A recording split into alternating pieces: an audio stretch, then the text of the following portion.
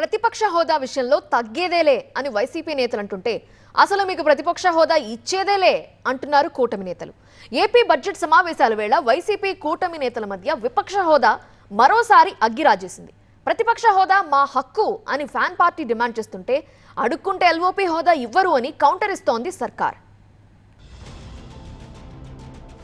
ప్రతిపక్ష హోదా ఇస్తేనే అసెంబ్లీకి వస్తామన్న వైసీపీ, ప్రజా సమస్యలపై సభ బయటే పోరాడతామని ప్రకటన. 11 మంది ఎమ్మెల్యేలకే విపక్ష హోదా ఎలా ఇస్తారన్న సర్కార్.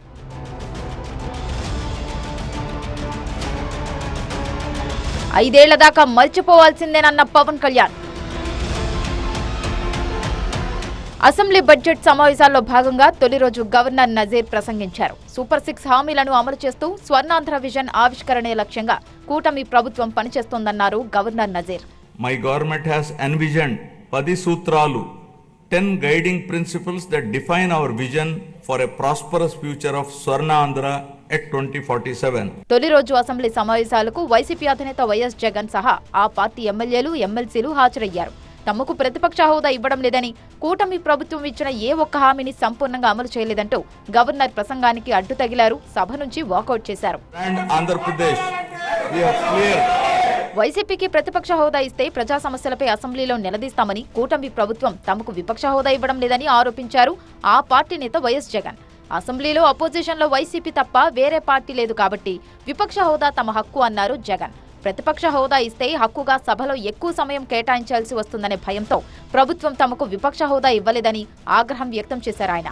వైసీపీ లేకుండా అసెంబ్లీ నడపాలని చూస్తున్నారన్నారు జగన్. తాను ఇంకా 30 ఏళ్లు రాజకీయాల్లో ఉంటానన్న జగన్ అసెంబ్లీకి వెళ్లకపోయినా ప్రజా సమస్యలపై గళం విప్పుతానన్నారు. 2028 ఫిబ్రవరిలో జరిగే జమిలీ ఎన్నికల్లో అధికార కూటమిని ఓడించడమే లక్ష్యంగా పనిచేయాలని నేతలకు పిలుపునిచ్చారు వైసీపీ అధినేత. వైసీపీకి సభలో ప్రతిపక్ష హోదా కల్పించాలని డిమాండ్ చేశారు మాజీ మంత్రి బొత్స సత్యనారాయణ. సభలో సమస్యలపై ప్రశ్నించాలంటే ప్రతిపక్ష హోదా ఉండాల్సిందేనన్నారు ఆయన. సభలో ఉండి రెండే పక్షాలు, ఒకటి కూటమి అధికార పక్షం, కూటమి, 2 ప్రతిపక్షం వైఎస్ఆర్సీపీ పార్టీ. ఏదైతే మా నాయకుడు గుంటూరు వెళ్ళి మిర్చార్టీకి వెళ్ళి ఆ రోజు రైతుల కష్టాల సుఖాలు తెలుసుకున్నప్పుడు కానీ ఈ ప్రభుత్వానికి అప్పటి వరకు కూడా చెమకుంటున్నట్లేదు.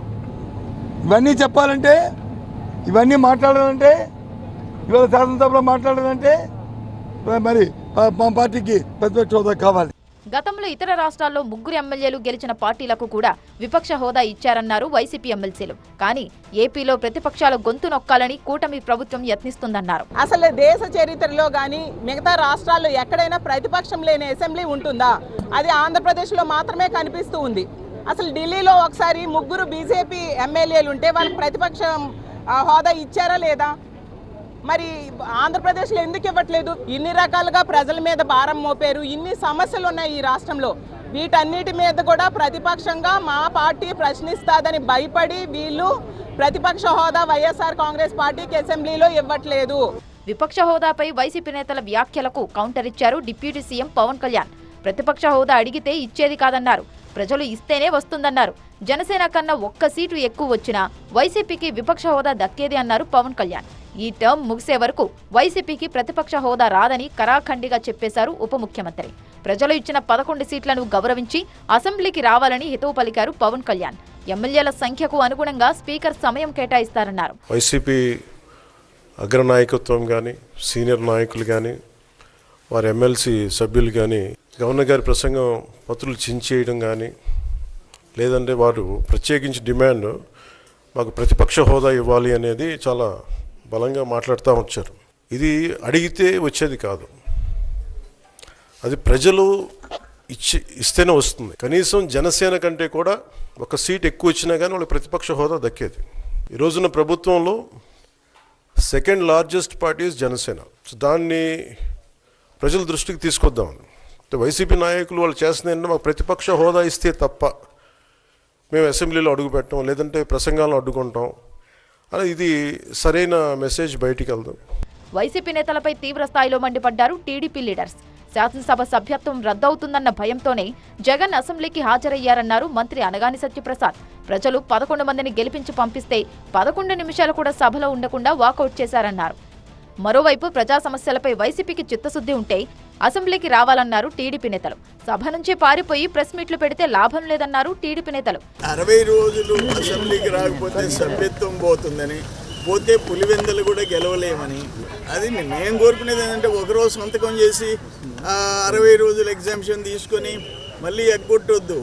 రా, మంచి బాలుడిలాగా స్కూల్కి రా, ఫ్లోర్ లీడర్వి.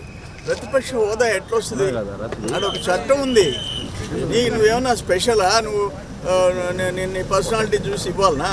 మీరు 18 సీట్లు వచ్చి ఉంటే డెఫినెట్గా ఆటోమేటిక్గా ప్రతిపక్ష హోదా వస్తుంది. ప్రతిసారి అసెంబ్లీ సమావేశాలకు హాజరు కాకపోతే వైసీపీకి ప్రజలు బుద్ధి చెప్తారన్నారు టీడీపీ నేతలు. వచ్చే జమిలీ ఎన్నికల్లో వైసీపీకి 11 సీట్లు కూడా రావంటూ సెటైర్లు వేశారు.